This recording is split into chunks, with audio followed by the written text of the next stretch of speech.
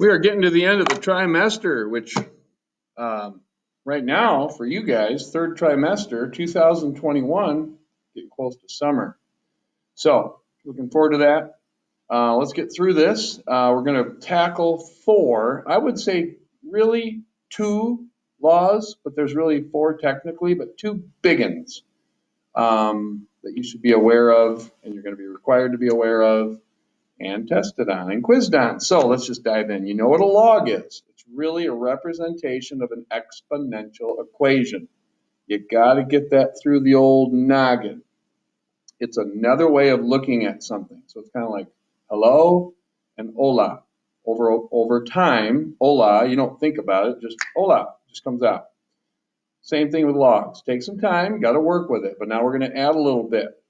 So first of all, interestingly, what is a logarithm? Well, remember, in a strange way, it's an exponent. It is an exponent because this thing equals 3, and in this logarithm, 2 to the third equals 8. The 3 is an exponent. So technically, a log is equal to an exponent. Keep that in mind.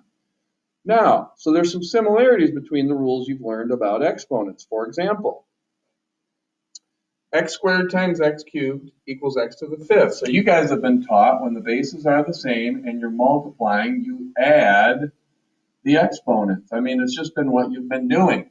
Very, very similar. Notice this law right here. If these two things are multiplied together, then it splits. Notice there's one log. Notice I've given it a nickname. If we're reading this left to right, I like to split wood. That's how we heat our house. We used to have this big old maul. We'd spend hours swinging that thing at big old logs and splitting them. So that's why I call it the maul rule.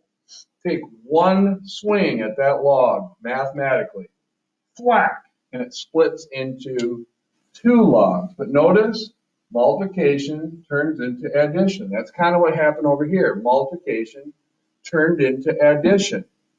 So, kind of borrowing the rule from here. It's just a rule. It's a rule that works. I'm going to prove that it works in just a few minutes, but now let's reverse it.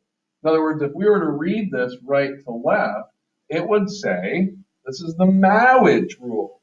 I steal that from the movie Princess Bride. If you haven't seen it, it's my wife's, maybe it's her favorite movie. But anyways, funny guy, he performs a marriage ceremony and he says, marriage. Now, that's a cultural thing. So you got to watch that movie, okay?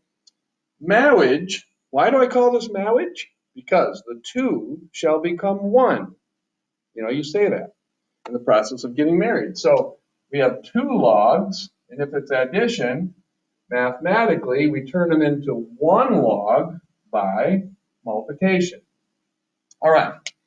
You don't have to take my word for it, so let's go ahead and dive in. I hope you guys can see that green. Yeah, I think you can.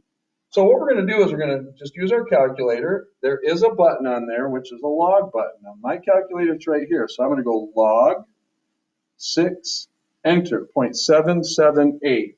So this right here is 0.778. Now notice I said 6, because 2 times 3 is 6. Now I'm going to figure out what log of 2 is. Notice what I've done. I've taken my mol to it. So this equals the addition of two separate logs. I separated these into 2. This is my mol. So I'm going to go log of 2, enter, 0.301.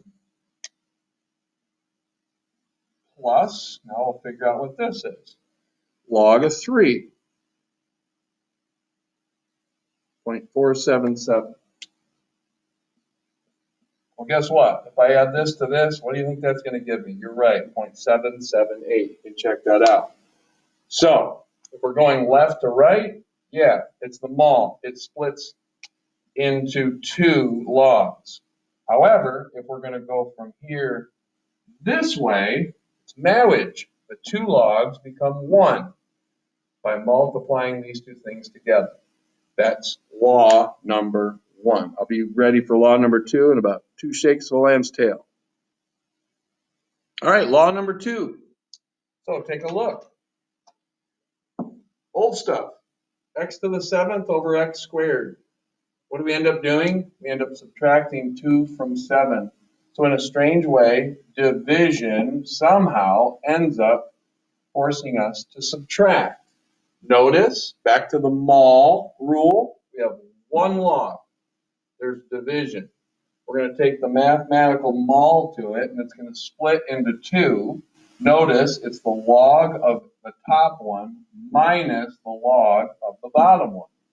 And you're going to have exercises where they're going to say, hey, take this one log and split it into 2. And then they're going to have exercises where they're going to give you 2 logs. They're going to say, hey, write it as 1.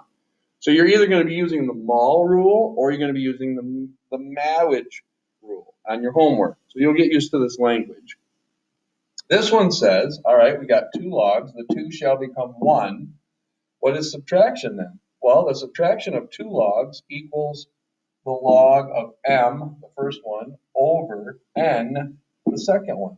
Now, I've got a real life example over here so you can trust it. So, for example, your homework might say, hey, take these 2 logs and write them as 1. You're like, okay, subtraction. Subtraction equals division. Marriage, so it turns into this. Or they're going to say, take that log and write it as 2. So you're going to put that in reverse. You go, oh, these are being divided. Division equals subtraction. It's the log of the numerator minus the log of the denominator. So you got to be able to put it in reverse or forward. But don't take my word for it. This is the last one we're actually going to prove it. So I'm going to take log of 7 over 2 is just 3.5. So I'm going to go log 3.5 is 0.544. Log of 7, 0.845. That's an 8. Minus log of 2, 0.301. Well, what do you think 0.845 minus 0.301 is? You're right, it's 0.544. So the rule works, okay? Let me pause it one more time.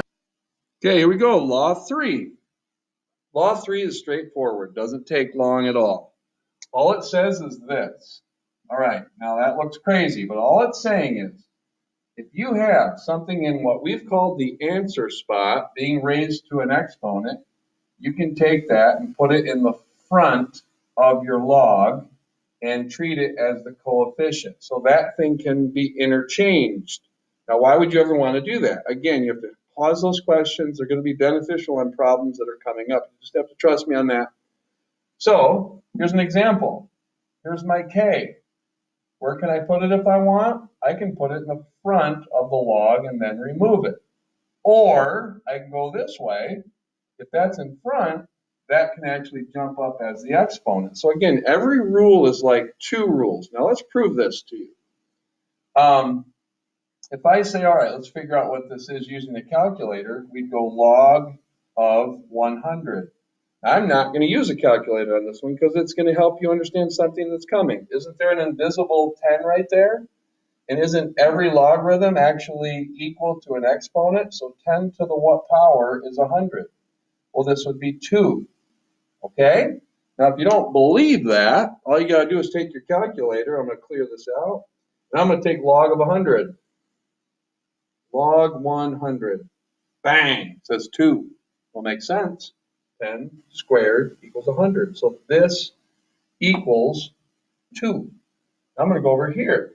Now I'm going to try to do it without a calculator because I know what this is.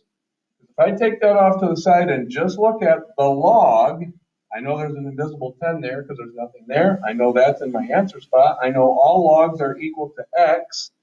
X represents the exponent of the base. So 10 to some power equals 10. Well, doesn't that have to equal 1?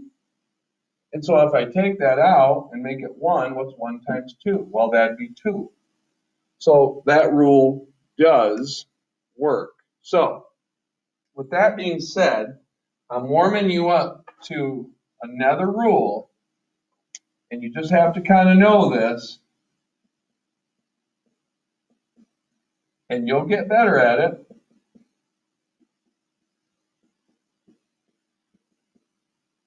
So what does this really say? It says 10 to the first power is 10. What does this say? 10 to the second power is 100. What does this say? 10 to the third power is 1,000. And on and on and on. In other words, when you see this, you should say, aha, it's 1.